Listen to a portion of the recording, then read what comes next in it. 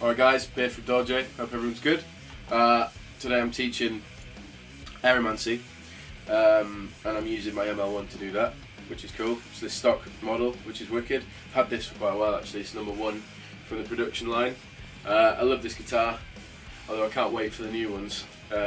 So yeah, I'm going to show you how to play the riffs from Aeromancy. Rob's going to teach you them in more detail, but I'm just going to show you a few of the bits that I do, and then we're moving on to the solo, which should be fun. And for that I need to show you that I'll be playing it mainly on this, but for the dime squeal I'm going to use the M4. So that's what I'm going to do, and I'll just take you through the rig. So basically what we've got here is Marshall JVM 410, which you've all seen before, and the settings are basically 11 o'clock for the gain. We're on OD2 on the orange setting, so it's 11 o'clock for gain, 2 o'clock treble, 11 o'clock for mid, 1 o'clock bass, and 3 o'clock volume with the effects loop on and reverb set. That's for lead channel. And then on the ground I've got the DD6 and the DD7 switched on, and they're both running together, so you get this cool like polyrhythmic style delay going on in the background, which is quite good, especially on recording. So yeah, so we're going to go over my bits.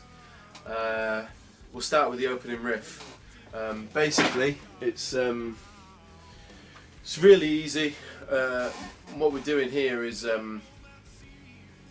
we're playing the main riff but an octave higher than it actually is, and I'm using that with a light crunch, like a pushed clean. So yeah, it's really simple, same riff, but we start with the B string 13th fret is your first note, and then we move to the G string 10th fret to the D string 12th fret, and then it's exactly the same from there on. So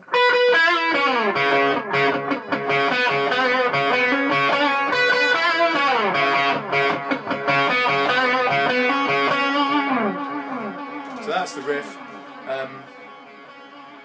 Yeah, the delay's still going there.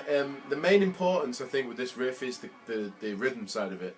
The first half, because I break it down into 2 halves to teach you guys, is this. That's the first half. So if you can sing that, it's a lot easier to actually play the rhythm. I would sing it properly, but I'm full of cold and it'll probably sound horrendous, so there you go.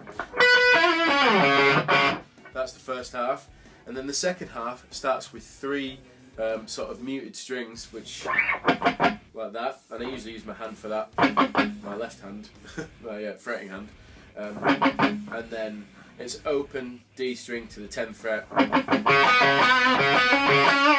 That's the second half, so like that. So the whole thing is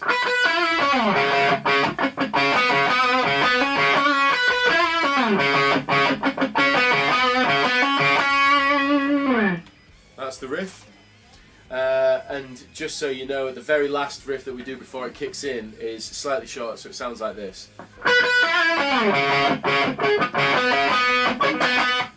Okay, and then we start the riff but an octave down, which Rob will show you how to play that one.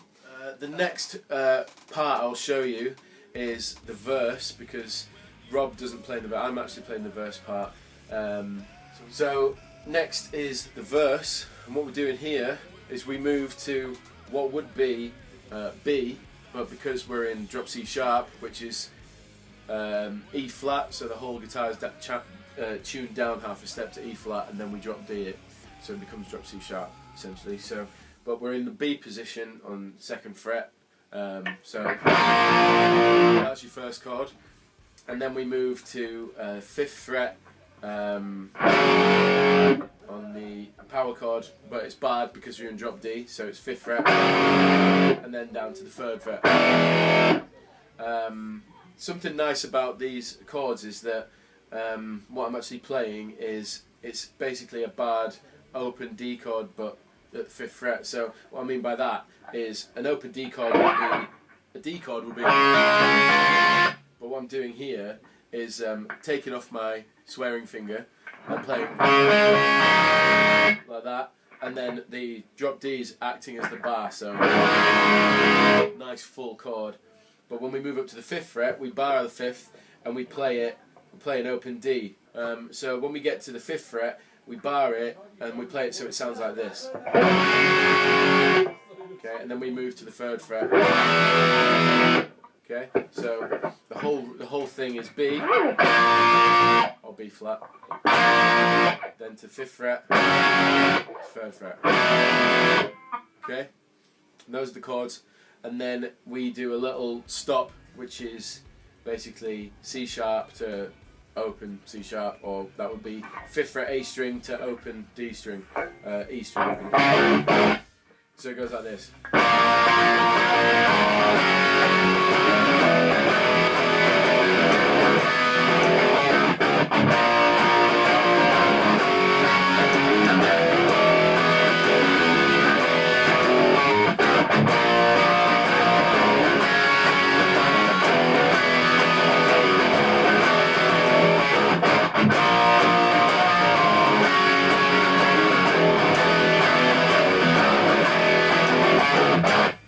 So that's the verse chords.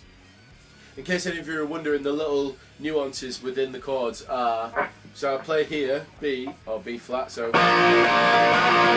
and then I take off, pull off, and I hit like an open, and then I hit 5th fret, and then I hammer on to the 7th fret with my on the E string, and then we slide down, and then pull off. We start there, so it goes. Like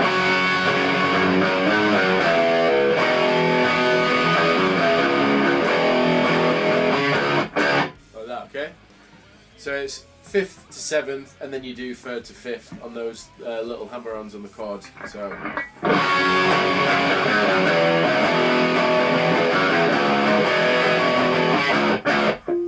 that's the verse riff, and then that's what I'm playing there.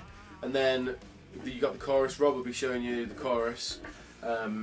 So then what we'd like to look at probably is the part in the breakdown.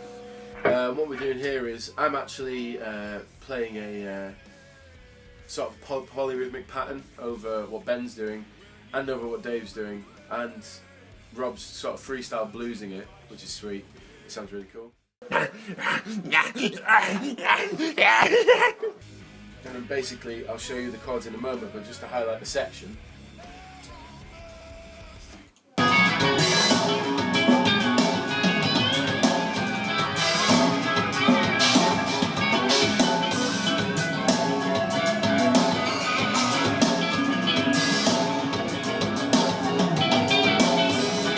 Okay, so that's basically what's going on there, and in that section, as you could hear, there comes in some more chords, and for me what that is, 12th D string, 10th G string, 13th B string. So, and what I'm doing here is I'm hybrid picking it, so I'm popping with my pick on the D string, and then I'm using my swearing finger and ring finger to pull these notes. So it sounds like this.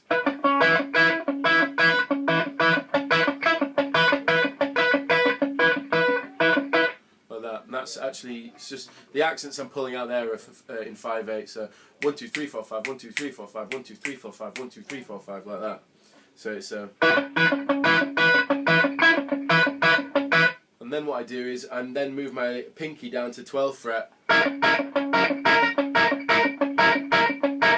then back up again. And it's got delay all over it, so it sounds like this kind of thing.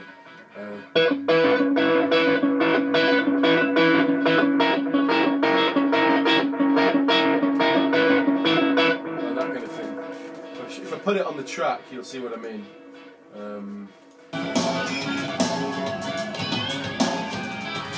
So here it comes.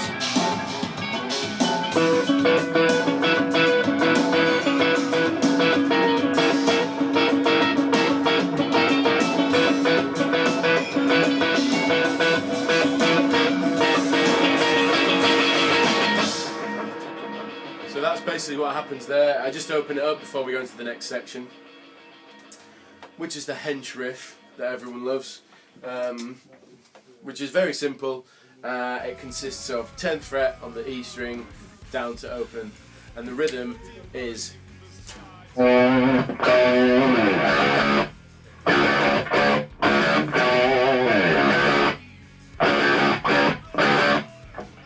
quite cool. And the slight variation we do there is we go up whole tone back up to it, so it'd be open to the 2nd fret, then to the 4th fret, then to the 6th fret, then to the 8th fret, back up to the 10th. So like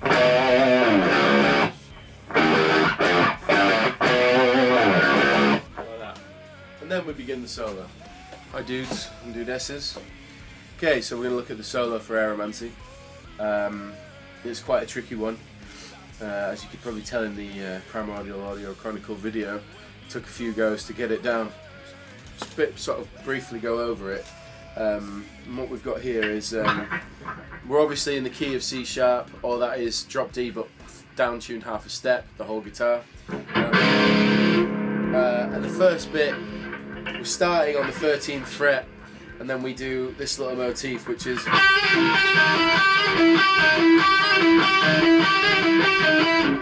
basically what that is there is we hammer onto the 14th, we're on the G string, so we hammer onto the 14th, and then we hit 15th on the D, then 14th on the D. So those are your notes. Like that. That's basically it simplified. Like that, and what we do is we just throw in a little trill, so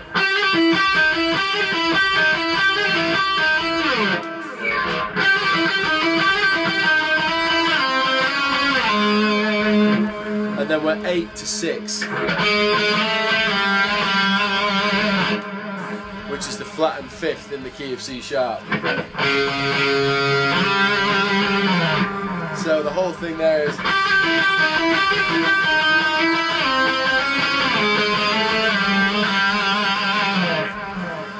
yep. And then it's actually the harmonic minor scale, so we go.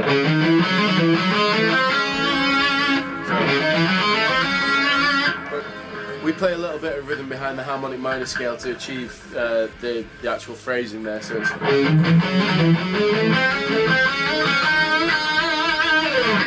that. Okay, so we're moving on to the chromatic run section, which is after your sort of harmonic minor phrased build up to it.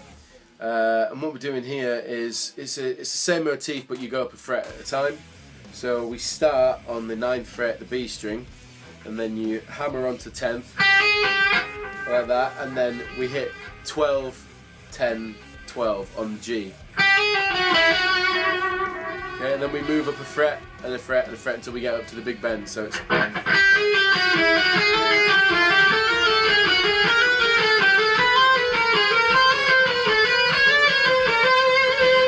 that. And then obviously faster at the right speed, it's like that. So we do that, and then there's the big bend, and that is basically A minor pentatonic, or A flat because we're in C sharp, which, if you know what I mean, the whole guitar's flattened and then we play in the A minor pentatonic, so it'll be A flat minor pentatonic. But we play that right up here, between 17th and 19th.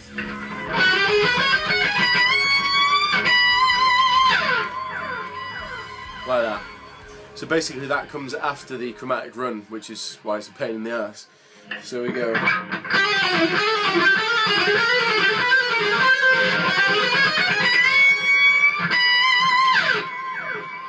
Okay, that's the whole bit. That's definitely the hardest bit in the solo, apart from maybe the dime squeal. And then it's basically melodic stuff in the A minor pentatonic up here, and then we just accent that that major third in the key, but really that's so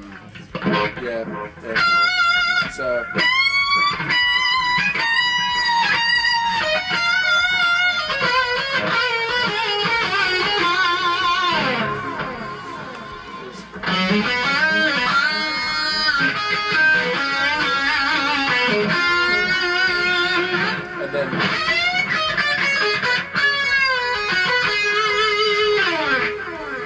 bend up from 7th up to 10th, so on B string.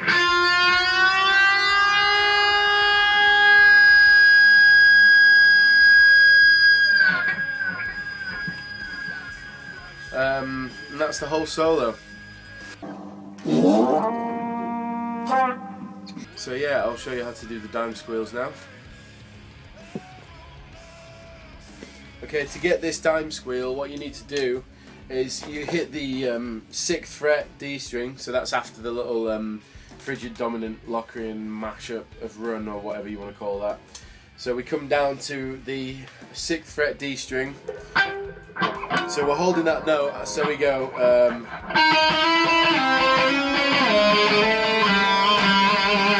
and at that point you dip the bar, and then when your bar's dipped you twang the G string, hold it over the 2nd fret, try catch the D string in there to mash up the sound so it sounds even dirtier, and then slam it right back and then pull it back down again, back to normal tension, and then you carry on with the solo. It's very difficult, but once you practice it, it is really rewarding when you hit it, and you pull some stupid faces. So,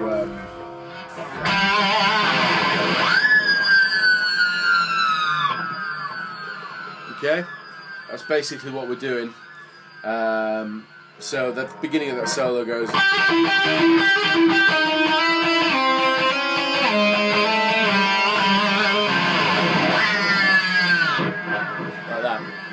And then we move on.